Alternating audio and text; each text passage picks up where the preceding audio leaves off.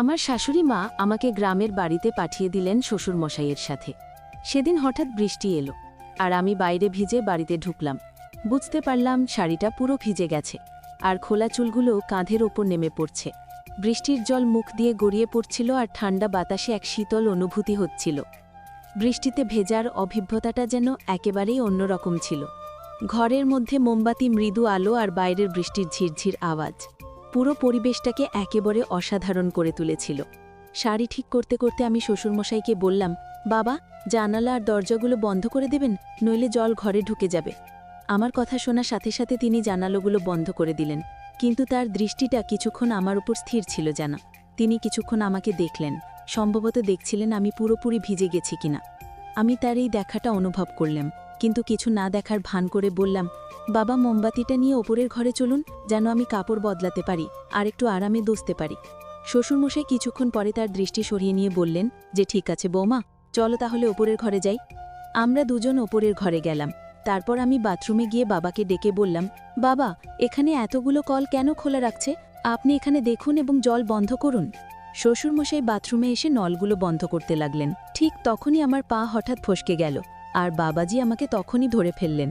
আমার মনে তখন বেশ অস্বস্তি হচ্ছিল, কিন্তু আমরা দ্রুত পরিস্থিতি সামলে নিলাম। তারপর শ্বশুরমশাই আমাকে বাথরুমে ডেকে নিলেন। বন্ধুরা, আজকের গল্পটি আরও অনেক অনেক স্পেশাল হতে চলেছে, কেউ কিন্তু মিস করো না। আর দয়া করে গল্পগুলো ভালো লাগলে ভিডিওটি লাইক দিও, শেয়ার এবং চ্যানেলটি সাবস্ক্রাইব করো প্লিজ প্লিজ। তো এমন সময় আমার শাশুড়িমার ফোন এলো। আমি আগে থেকেই বুঝতে পারছিলাম যে কিছু একটা গুরুত্বপূর্ণ কথা হবে, কারণ তিনি সাধারণত তেমন কোনো কারণ ছাড়া এত তাড়াতাড়ি আমাকে ফোন করেন না। আমি তখন অফিসে ছিলাম। আমি ফোনটা তুলে নিলাম এবং তার কণ্ঠে হালকা উত্তেজনা লক্ষ্য করলাম। তিনি সরাসরি বললেন, বৌমা, তোমাকে তোমার শ্বশুরের সাথে গ্রামে যেতে হবে, অনেক গুরুত্বপূর্ণ কাজ আছে। আমার শাশুড়ি মায়ের কথা শুনে আমি একটু অবাক হয়ে গেলাম। আমার মাথায় তখনই ভাবনা এলো, কেন তিনি নিজে যাচ্ছেন না, আর কেন আমাকে যেতে হবে? আমি শান্তভাবে বললাম যে, শাশুড়িমা, আপনি এবং আপনার ছেলেকে একসাথে যেতে পারতেন না? আমার অফিসের কাজ রয়েছে। শাশুড়িমা একটু গম্ভীর হয়ে বললেন, বৌমা, তুমি তো জানো আমি যখনই বাইরে যাই আমার শরীরটা ভালো থাকে না, আর তোমার স্বামী সবসময় নিজের কাজে ব্যস্তই থাকে, বা তার বন্ধুদের সাথে মিলে মদ খেয়ে সময় কাটায়। সে ওকে বোঝানোর চেষ্টা করেও কোনো লাভ হয় না, তাই আমি তোমার উপরই ভরসা করি। বৌমা, তার কথায় একটা সত্যতা ছিল। আমার স্বামী সত্যি তার বন্ধুদের সাথে সময় কাটাতে বেশি পছন্দ করতেন, আর বাড়ির কাজের ব্যাপারে তার কোনো আগ্রহ ছিল না। পরিস্থিতি বুঝে আমি শাশুড়িমাকে বললাম যে, ঠিক আছে শাশুড়িমা, আপনি যেমন চান। শাশুড়িমা তখন শান্তভাবে বললেন, বৌমা, তোমাকে প্রপার্টির কাজ দেখার জন্য যেতে হবে, এটা খুবই জরুরি, আর তুমি ঠিকভাবে সামলে নিতে পারবে শ্বশুরের সাথে। রবিবার থেকে বৃহস্পতিবার পর্যন্ত সেখানে থাকলেই চলবে। বৃহস্পতিবার কাজ শেষ করে তুমি শুক্রবার বা শনিবার বাড়ি ফিরে আসতে পারবে। আমি তাকে আশ্বস্ত করে বললাম যে, ঠিক আছে শাশুড়িমা, আপনি চিন্তা করবেন না, আমি শ্বশুরের সাথে চলে যাব। আমি দ্রুত সিদ্ধান্ত নিলাম এবং ভাবতে লাগলাম যে গ্রামের বাড়িতে যাওয়া আমার জন্য একটি নতুন অভিজ্ঞতাও হতে পারে। আসলে অনেক দিন ধরেই আমি বাড়ি আর অফিসের কাজের মধ্যে আটকে ছিলাম, তাই একটা বিরতির প্রয়োজন অনুভব করেছিলাম। শাশুড়িমা ঠিকই বলেছিলেন, গ্রামের বাড়িটা বেশ বড় এবং সুন্দর ছিল। হয়তো এই পরিবর্তন আমার জন্য একটু নতুন নিয়ে আসবে। তো বন্ধুরা, এবার আমি আপনাদের আমার শ্বশুরের ব্যাপারে বলি, মানে আমার শ্বশুরমশাইয়ের ব্যাপারে। আমার শ্বশুরমশাইয়ের বয়স প্রায় 65 বছর হবে, কিন্তু এই বয়সেও তিনি বেশ শক্ত সমর্থক এবং পরিশ্রমী। আমাদের ব্যবসা শুরু থেকেই ভালোই চলেছে, তাই আমাদের পরিবারে কোনো কিছুর অভাব নেই। আমাদের বাড়িতে গাড়ি, চাকরবাকর এবং বড় একটা গ্রামের বাড়ি সবই আছে। আমার একটা মেয়ে আছে, তবে সে টেস্ট টিউব পদ্ধতির মাধ্যমে জন্মেছে। হ্যাঁ, আমার মেয়ে আমার স্বামীর মাধ্যমে জন্মায়নি, এটা সত্য। কারণ আমার স্বামী সেই সক্ষমতা নেই। এই সত্যটি কেবল আমি এবং আমার শ্বশুর মশাই জানেন। বাড়ির অন্য কেউ, এমনকি আমার শাশুড়ি মাও এই ব্যাপারে কিন্তু জানে না। যখন শাশুড়ি মা আমাকে গ্রামের বাড়িতে যেতে বলেছিলেন, আমি ভেতর থেকে একটু খুশি হয়েছিলাম। সেদিন রাতে আমি পরের দিন গ্রামের বাড়িতে যাওয়ার প্রস্তুতি নিতে শুরু করলাম। এরপর আমি আমার শ্বশুর মশাইয়ের ঘরে গেলাম। আমাদের বাড়িতে সবসময় একটি নিয়ম ছিল যে মহিলারা বাড়ির ভেতর মাথার শাড়ির আঁচল রাখবে। আমাদের বাড়ির নিয়ম ছিল যে কোনো পুরুষের সামনে মাথার আঁচল ছাড়া থাকা ঠিক নয়। হ্যাঁ, আমি নিজেকে এক সংস্কারী বৌমা হিসেবে গর্ব করি। আমি তখন আমার শ্বশুর মশাইয়ের ঘরে প্রবেশ করলাম, কিন্তু দেখলাম তিনি তখন বই পড়তেছিলেন। আমি বললাম, শ্বশুর মশাই, বইটা বেশিক্ষণ পড়বেন না, কাল আমাদের খুব সকালে গ্রামের বাড়ি রওনা দিতে হবে। আপনি তো নিজেই আমাকে এটা বলেছিলেন। আমি শ্বশুরমশাইয়ের ব্যাগেও কিছু প্রয়োজনীয় জিনিস রেখেছিলাম। তবে তখন লক্ষ্য করলাম তার মনোযোগ অন্য কোথাও ছিল। তিনি বইয়ের দিকে না তাকিয়ে অন্য দিকে দেখছিলেন। একটা বিষয় বলা হয়নি, সেটা হচ্ছে আমার নাম সোনালি। আমি একজন সাধারণ কিন্তু আত্মবিশ্বাসী নারী, যে একটি সুশীল পরিবার থেকে এসেছে। আমার বয়স প্রায় ২৪ বছর, উচ্চতা ৫ ফুট ৪ ইঞ্চি এবং আমি একটু স্বাস্থ্যবান। আমার গায়ের রং ফর্সা। আমি যখন শাড়ি পরি সেটা অনেকটা মডেল বিপাশা বসুর মতো স্টাইলে পরি, আর প্রায় লোকের দৃষ্টি আমার দিকে আটকে যায়। আমি এসব বলি যাতে আপনি আমার কল্পনা করতে পারেন এবং আমার গল্প পড়ার সময় আমার চেহারা আপনার মনে স্পষ্টভাবে ফুটে ওঠে। আমি একজন সাধারণ মেয়ে, যে পরিবার ও সমাজের নিয়মের মধ্যে জীবনযাপন করছি, কিন্তু এবার গল্পে কিছু একটা আলাদা ঘটছে। এমন কিছু যা আমার জীবনে এক নতুন মোড় নিয়ে এসেছে, যা আমি কখনো স্বপ্নেও ভাবতে পারি নাই। আমরা দুপুরের পর একটু দেরিতে রওনা হলাম। আমরা গাড়িতে যাচ্ছিলাম, আর আমার শ্বশুরমশাই গাড়ি চালাচ্ছিলেন। ট্রাফিকের কারণে আমরা সন্ধে 7:30টার দিকে গ্রামে পৌঁছালাম। সেখানে আমাদের একটি ছোট্ট সুন্দর বাড়ি আছে, যা একটি ছোট পাহাড়ের উপরে অবস্থিত। যদিও পাহাড়ে অবস্থিত, গাড়ি সহজেই সেখানে যেতে পারে। বাড়িটি একতলা, চারপাশে সুন্দর পাহাড় আর ঠান্ডা বাতাস বইছিল। আমাদের কিছু আত্মীয় সেখানে ছিল, তাই তারা আমাদের রাতের খাবারের জন্য আমন্ত্রণ জানিয়েছিল। সেখানে আমাদের বাড়ির দেখাশোনা করার জন্য সুনীল নামের একজন কর্মচারীও ছিল, কিন্তু তার বাড়ির কোনো একজনের শরীর খারাপ হওয়ায় সে পরদিন সকালে বাড়ি ফিরতে চাইছিল, আর শ্বশুরমশাই তাকে গ্রামের বাড়িতে যাওয়ার অনুমতি দিয়েছিলেন। বাইরে তখন বৃষ্টি হচ্ছিল, আর আমরা আত্মীয়ের বাড়িতে রাতের খাবার খেতে গেলাম। আমরা খাবার দাবার সব আয়োজন সেখানেই করেছিলাম। কিছুক্ষণের মধ্যেই আমার বড় শাশুড়ি মা এলেন এবং আমাদের মধ্যে কিছু পারিবারিক আলোচনা হলো, যা সাধারণত পরিবারে হয়ে থাকে। সেই রাতে বড় শাশুড়ি মা আমাদের বাড়িতেই থেকেছিলেন। আমার শ্বশুরমশাই এবং বড় শাশুড়ি মার স্বামী একসাথে বসে বাড়িতে মদ পান করছিলেন, এবং এভাবেই আমাদের রাত কেটে গেল। রবিবার এভাবেই শেষ হলো। পরের দিন সোমবার শ্বশুরমশাই তার কাজে বেরিয়ে গেলেন, আর আমি বড় শাশুড়ি মার সাথে ছিলাম। সেই রাতে আমরা বড় শাশুড়িমার বাড়িতে রাতের খাবার খেলাম, এবং আমার শ্বশুরমশাই আবারও বড় শাশুড়িমার স্বামীর সাথে বসে মদ পান করছিলেন। আমার শ্বশুরমশাইও মদ পান করেন, তবে তিনি আমার স্বামীর মতো অতিরিক্ত পান করেন না। কিছুক্ষণ পর শ্বশুরমশাই বললেন, বৌমা, আমি বাংলার দিকে যাচ্ছি। বড় শাশুড়িমা বললেন, আপনি যান, আমাদের আরও কিছু কথা আছে। কিছু সময় পরে আমি বড় শাশুড়িমার বাড়ি থেকে বেরিয়ে এলাম। তখন বাইরে প্রবল বৃষ্টি হচ্ছিল, তাই বড় শাশুড়িমা আমাকে একটি ছাতা দিলেন এবং আমি বাড়ি ফিরে এলাম। বাড়িতে এসে দেখলাম শ্বশুরমশাই আবারও মদ পান করতে করতে টিভি দেখছেন। আমি বাড়িতে পৌঁছানোর সময় বৃষ্টি এবং বাতাসের কারণে পুরোপুরি ভিজে গিয়েছিলাম। আমাদের বাড়িটি ছিল বেশ বড় একটা বাংলো, কিন্তু আমি সেটিকে বাড়ি বলতেই বেশি ভালোবাসতাম। নিচে ছিল একটি বড় হলরুম, আর ওপরে কয়েকটি ঘর। ছাদটি ছিল ছোট, আর যখন বৃষ্টিতে ভিজে আমি ঘরে ঢুকলাম, তখন অনুভব করলাম আমার শাড়িটি পুরোপুরি ভিজে গেছে। আমার খোলা চুলগুলি কাঁধের ওপর নেমে এসেছিল, আর সেগুলোতে এখনও বৃষ্টির জল ঝরছিল। ঠান্ডা বাতাসের জন্য হালকা শীত লাগছিল। বৃষ্টিতে ভেজার অনুভূতি একেবারেই আলাদা ছিল। ঘরের ভেতরে মোমবাতির হালকা আলো এবং বাইরের প্রবল বৃষ্টির শব্দ পরিবেশটিকে আরও বিশেষ করে তুলেছিল। আমি আমার শাড়ির আঁচল ঠিক করতে করতে শ্বশুরমশাইকে বললাম, বাবাজি, জানালা এবং দরজা বন্ধ করে দিন না, নাহলে জল ভিতরে চলে আসবে। আমার কথা শুনে তিনি সাথে সাথে জানালাগুলি বন্ধ করে দিলেন। তবে কিছুক্ষণ ধরে তার দৃষ্টি আমার দিকে স্থির ছিল। তিনি আমার দিকে তাকিয়েছিলেন, যেন দেখার চেষ্টা করছিলেন আমি সম্পূর্ণ ভিজে গিয়েছি কিনা। তার সেই নজরে আমার একটু অস্বস্তি লাগলো। আমি সেটাকে উপেক্ষা করে বললাম, শ্বশুরমশাই, মোমবাতিটি নিয়ে ওপরের ঘরে চলুন, যাতে আমি কাপড় পরিবর্তন করে একটু বিশ্রাম নিতে পারি। কিছুক্ষণ পরে শ্বশুরমশাই তার দৃষ্টি সরিয়ে নিলেন এবং সম্মতি জানিয়ে বললেন, ঠিক আছে বৌমা, চলো উপরে যাই। আমি এবং শ্বশুরমশাই উপরের ঘরে চলে গেলাম। এরপর আমি বাথরুমে ঢুকে বললাম, বাবাজি, এখানে এতগুলো পানির ট্যাপ কেন খোলা আছে? আপনি একটু দেখুন এবং এগুলো বন্ধ করে দিন, না হলে এভাবে পানিগুলো অপচয় হচ্ছে। শ্বশুরমশাই বাথরুমে এলেন এবং ট্যাপগুলো বন্ধ করতে শুরু করলেন, কিন্তু হঠাৎ করে শাওয়ার চালু হয়ে গেল, আর আমি আবারও ভিজে গেলাম। আমি তখন নীল শাড়ি পরেছিলাম, আর মাথার আঁচলটাও ছিল। দেখলাম শ্বশুরমশাই নীল ভয়ে আমার দিকে তাকিয়ে আছেন, যেন ভয়েই আছেন আমি কিছু বলি কিনা। বৃষ্টির জন্য আমার শাড়িকে পুরোপুরি ভিজে গিয়েছিল, আর তিনি আমার দিকে এক দৃষ্টিতে তাকিয়েছিলেন। একদিন এরকমই হয়েছিল। আমার শ্বশুরমশাই প্রায়ই বন্ধুদের সাথে বাইরে ঘুরতে যেতেন। তার সিগারেট খাওয়ার অভ্যাসও ছিল। একদিন সকালে আমি দোকানে গিয়েছিলাম, তখনও বৃষ্টি হচ্ছিল।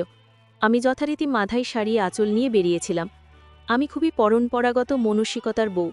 ছাতা নিয়ে দেখলাম শ্বশুরমশাই রাস্তার পাশে দাঁড়িয়ে আছেন।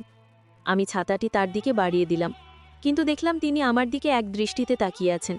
তার চোখ যেন আমার দিক থেকে সরতেই চাইছিল না। মনে হচ্ছিল আমাকে কি তিনি কিছু বলতে চান। বাড়ি ফিরে এসে আয়নায় তাকিয়ে দেখি শাড়ির সামনের অংশ কিছুটা ভিজে গিয়েছে, যা আমার চেহারায় আলাদা একটা সৌন্দর্য এনে দিয়েছে। শাড়িটি শরীরের সাথে লেগে থাকায় নিজেকে একটু অন্যভাবে দেখলাম। পিছনের দিকটাও কিছুটা ভিজে গেছে, সেটা খেয়াল করলাম। এরপর আমি কিছু দরকারি জিনিস নিয়ে ঘরের কাজ করতে শুরু করলাম। আমি কাজ করতে করতে ভাবছিলাম, এটা বেশ মজার বিষয় যে এমন একটা পরিস্থিতিতে নিজেকে খুঁজে পাচ্ছি। তাই ইচ্ছে করে শ্বশুরমশাইয়ের সামনে দিয়ে আসা যাওয়া করছিলাম। ঝাড়ু দেওয়ার সময় নিচু হয়ে কাজ করতে হতো, আর আমি আমার উপস্থিতি তার নজরে আনতে চেষ্টা করতাম। শ্বশুরমশাইও মাঝে মাঝে তাকিয়ে দেখতেন, আর কিছুটা হাসি মুখে তার অভিব্যক্তি লক্ষ্য করতাম। আবার কিছুক্ষণ পরে শ্বশুরমশাই ঘরে ফিরে এলেন। তখন আমি পুরোপুরি ভিজে গিয়েছিলাম, তাই শাড়ি বদলাতে হলো। শ্বশুরমশাই বসেছিলেন যেখানে একটি আলমারি ছিল। আমি আলমারি খুলে আরেকটি লাল শাড়ি বের করলাম। ঘরের পাশে আরেকটি ছোট কক্ষ ছিল, যেখানে আমি শাড়ি বদলাতে পেলাম। শ্বশুরমশাই তখন বারান্দায় বসে বিশ্রাম নিচ্ছিলেন। দরজাটা সামান্য খোলা রেখেছিলাম, কারণ ঘরে একটু বাতাস আসার দরকার ছিল।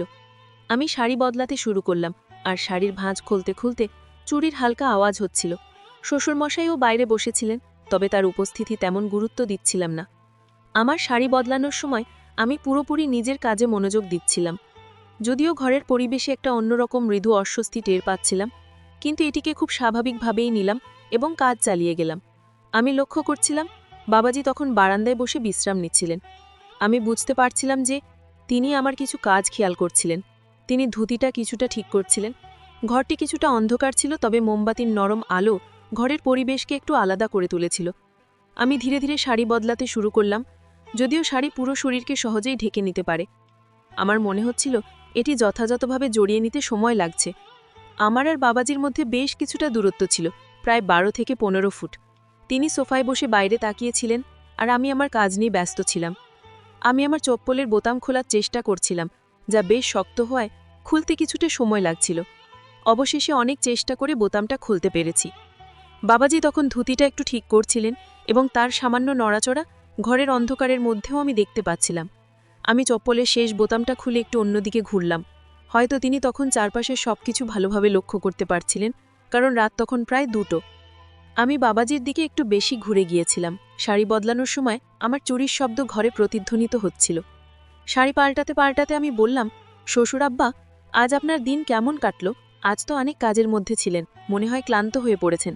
শ্বশুরমশাই ধুতিটা ঠিকঠাক করতে করতে বললেন, হ্যাঁ বৌমা, আজ কাজ অনেক ছিল, কিন্তু আমি ক্লান্ত নই। এই গ্রামের বাতাসে যেন প্রাণ ভরে দেওয়া যায়। আমি ইতিমধ্যেই আমার শাড়ি পরছিলাম, এবং এরপর ধীরে ধীরে বাকি জামা গুছিয়ে নিচ্ছিলাম। সেই সময় আমি বাবাজির সঙ্গে কথোপকথন চালিয়ে যাচ্ছিলাম। ঘরে বিদ্যুৎ ছিল না, তাই আমি একটা মোমবাতি জ্বালিয়েছিলাম, যার আলোতে বাবাজির মুখটা ঠিকভাবে দেখা যাচ্ছিল না। আমি শ্বশুরকে বললাম, শ্বশুর আব্বা, মা আর কাকাকে নিয়ে খুব চিন্তায় আছে। বাবাজি বললেন, বৌমা, তোমার চিন্তা করার কিছু নেই। আমি বললাম, বাবাজি, কত রাতের মতো আজও বারান্দায় শুইতে যাবেন না? বাইরে আজ অনেক বাতাস আর ঠান্ডা। আমাদের বিছানাটা বড়, আমার সঙ্গেই বিছানাতেই শুয়ে পড়বেন। আমার কথা শুনে তিনি চুপ থাকলেন, কিছু বললেন না। আমি আবার শাড়ি পরতে শুরু করলাম। মনোযোগ দিয়ে শাড়ির শেষ অংশটা ঠিক করে নিলাম। ঘুরে দাঁড়িয়ে নিজেকে সামলে নিলাম। তারপর হালকা হাসি দিয়ে শ্বশুরকে জিজ্ঞেস করলাম, বাবাজি, আমার শাড়ি কেমন লাগছে? বাবাজি একটু অবাক হয়ে তাকিয়ে রইলেন।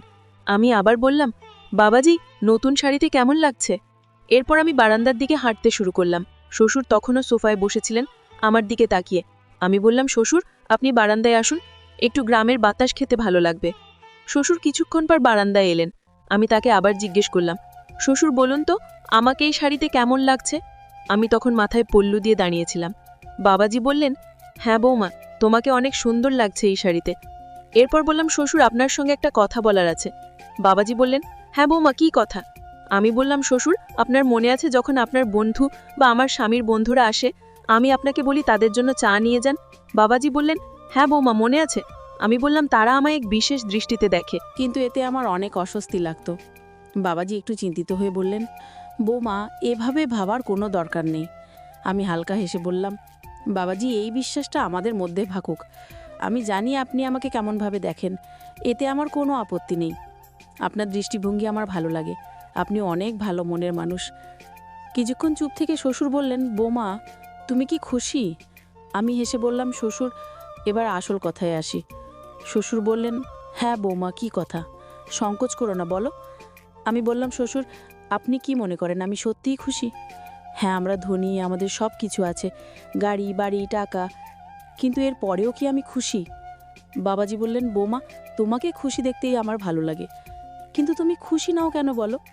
আমি একটু চুপ থেকে বললাম, শ্বশুর আপনার ছেলে।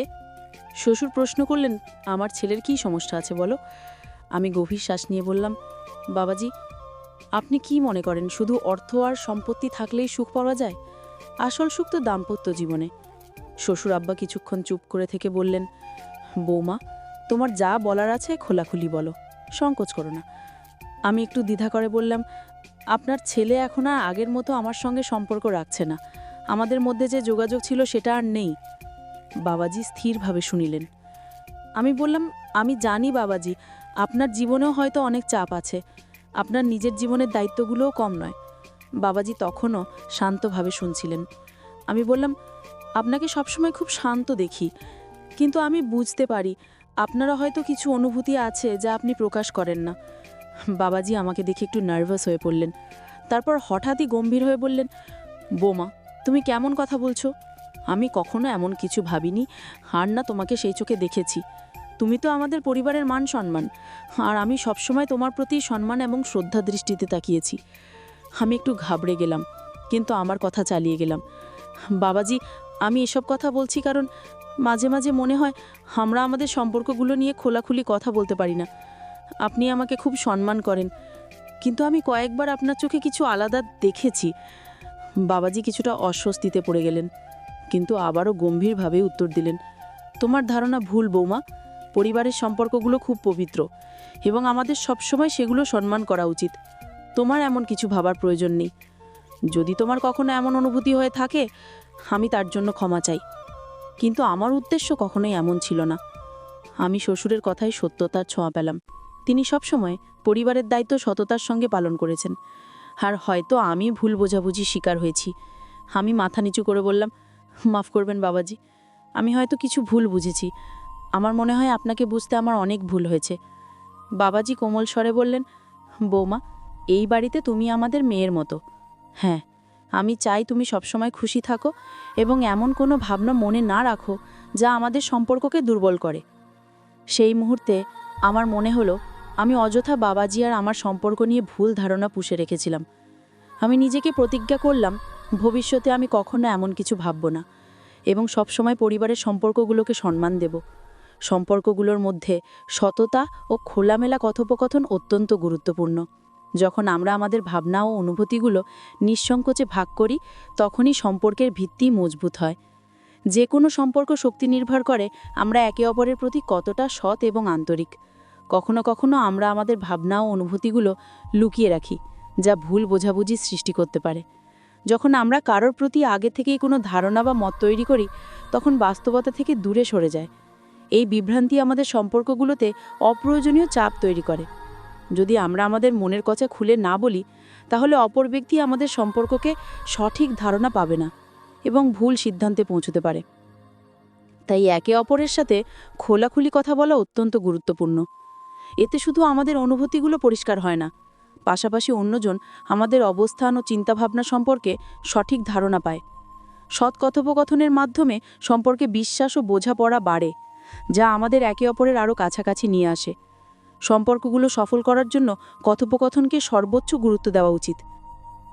আজকের গল্প যদি আপনাদের ভালো লেগে থাকে তাহলে অবশ্যই লাইক, কমেন্ট আর শেয়ার করবেন।